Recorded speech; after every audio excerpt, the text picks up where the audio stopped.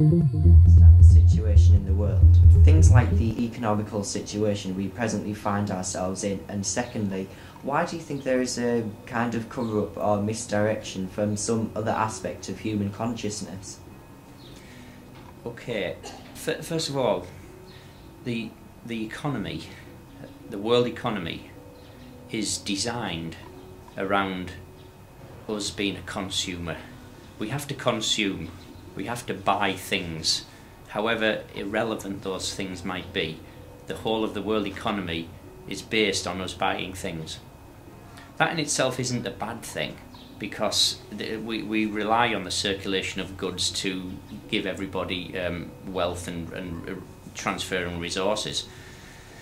What becomes a problem is when we start buying things which really aren't necessary, and a whole infrastructure of resources generated which ultimately lead to a dead end. And this then forms the necessity to create more money to put back into the situation. Let's see if I can give you a bit of an example. Let's take a nodding dog.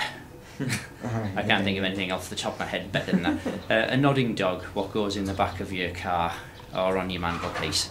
Yeah. Going back to the factory which makes a nodding dog, probably in China or Thailand in today's economy. A completely pointless item. Yeah. Once you've purchased that from the shop, you'll never be able to sell it again unless you got somebody who has got a nodding dog fetish and they buy it off eBay. But ultimately, it'll either go in a corner, go in a box, or it'll end up going to a car boot sale, and only you'll get 20 pence for it, something like that. So ultimately, what's gone in the process to make that nodding dog? Well, there'll be a factory somewhere in China probably, and that factory will produce thousands and thousands of nodding dogs to distribute all over the world, and every one of those nodding dogs is completely pointless. But the factory will have been built on a piece of land which will have to have been bought by a company, and the company has to have machines to make the presses for the nodding dog and the mechanism for it and what have you. It'll employ people at effectively a slave labour rate, because these items, what they're producing, have got to be so cheap that everybody, right from the exporter to the wholesaler to the retailer, have all got to make a bit of a cut out of it, and ultimately it's got to come to the consumer at something like 3-4 quid.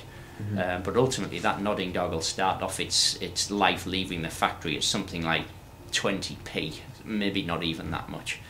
So the problem is, this is a whole infrastructure of a factory, buying land, using oil, using resources, using electricity, all based on the fact that you, as a consumer, for whatever reason, are manipulated into buying this nodding dog at the end of the line. Now, once you've bought it, that whole cycle of events disappears.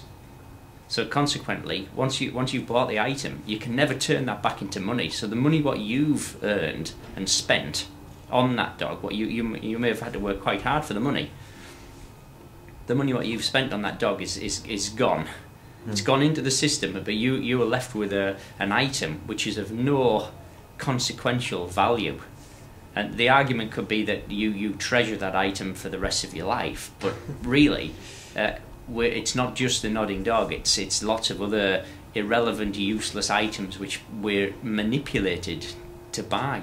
Yeah. Go into any big shop around about Christmas time, in the few weeks leading up to Christmas, and it's full of junk baubles and flashing lights and plastic stuff.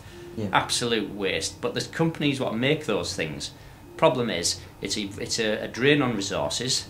It's of no consequential value ultimately, and the buck stops with you after you've bought that item. It's no longer any value whatsoever in the world. So you've got to ask yourself, what you would class as wastefulness? And when it comes to the issue of recycling, which I've got a lot of strong reservations about, where do you draw the line between human desires for wanting irrelevant, stupid items which use world resources to make and probably slave labour to produce? Where do you draw the line? I think these are some of the issues which we need to look at as a consumer-orientated society. Looking at the world economy, it's an inevitable bubble which has to pop, because it's just going on and on and on, and it feeds off itself. It gets bigger, and the bigger it gets, the more it needs to feed, and then it needs more and more and more, and it's just getting bigger and bigger, and we're starting to see it creaking around the edges now, and it's going to pop. Once it pops, it'll implode like nothing on earth. It'll make the 1920s American Wall Street crash just look like a blip in the stock market. When it crashes this time, it'll crash, and there won't be a recovery there may never be a recovery. The world's going to be a different place. That's what I foresee. Yeah. So you mentioned in your last interview that we as individuals can make a difference, but can you give a bit more detail to that, such as how you think a person can affect global issues, which are clearly all-powerful in their entity? Yeah, well, we all make a difference because you've got to look at it as it's one consciousness. We're all one, effectively.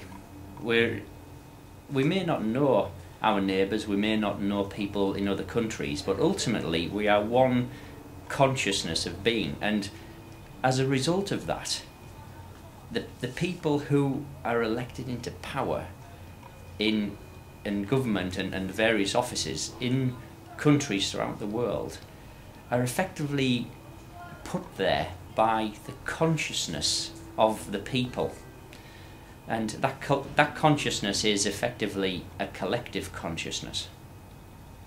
With that in mind, if you can take that a step further and look at the aspect, well, if our individual consciousness collectively creates the type of government which we have, it's only fair to say that our individual consciousness is going to play a part in that collective consciousness.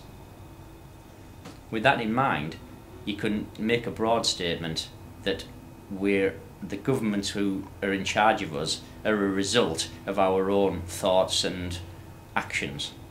So yeah, we can make a difference by changing our consciousness and taking an active participation in who's going to be in charge of the major decisions which affect your life on a daily basis. So it's a big issue, literally, and it took a lot more than this interview to be able to address that in detail. We'll save that for another time.